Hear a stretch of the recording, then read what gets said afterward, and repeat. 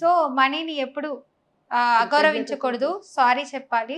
So నాకు ఈ రోజు ఇంత హెల్ప్ చేస్తున్నందుకు థ్యాంక్ యూ అని కూడా అంటుండాలి. దాన్ని జాగ్రత్తగా పొదుపుగా వాడాలి, అతిగా వాడకుండా. వచ్చిన డబ్బులో దానిని సేవ్ చేసుకోవడము, దాన్ని జాగ్రత్తగా ఖర్చు పెట్టడము, దానిని ఎవరికన్నా ఇచ్చేటప్పుడు కొన్ని పదాలు ఉంటాయి, ఆ పదాలు పలుకుతూ మన మనసులో పలుకుతూ ఇచ్చామంటే మళ్ళీ డబ్బు మన దగ్గరికి వస్తుంది.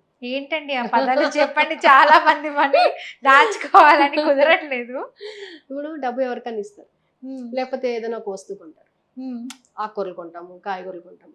సో వ్యూవర్స్ సీక్రెట్ చెప్పేస్తున్నారు, సో జాగ్రత్తగా వినండి. చెప్పండి మేడం. సో డబ్బు ఇచ్చేటప్పుడు ఇప్పుడు నువ్వు ఇచ్చే డబ్బు వాళ్ళని సంతోష పెట్టాలి కదా. అవునండి.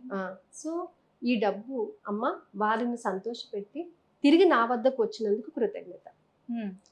నాకు కూడా కావాలి కదా, సో నాకు ఇంకొక రూపంలో నా దగ్గరికి రా, అవును, ఈ రూపంలో వాళ్ళ దగ్గరికి వెళ్ళి వాళ్ళని సంతోషపెట్టు ఫస్ట్, మళ్ళీ నా దగ్గరికి వచ్చినందుకు నీకు కృతజ్ఞత. అంటే నువ్వు ఇస్తున్నావు, మళ్ళీ పొందడానికి రెడీగా ఉన్నావు, కృతజ్ఞత పూర్వకంగా ఇస్తున్నావు, సంతోషంగా ఇస్తున్నావు కదా. అలా ఇచ్చినప్పుడు డబ్బు చాలా సంతోషపడుతుంది.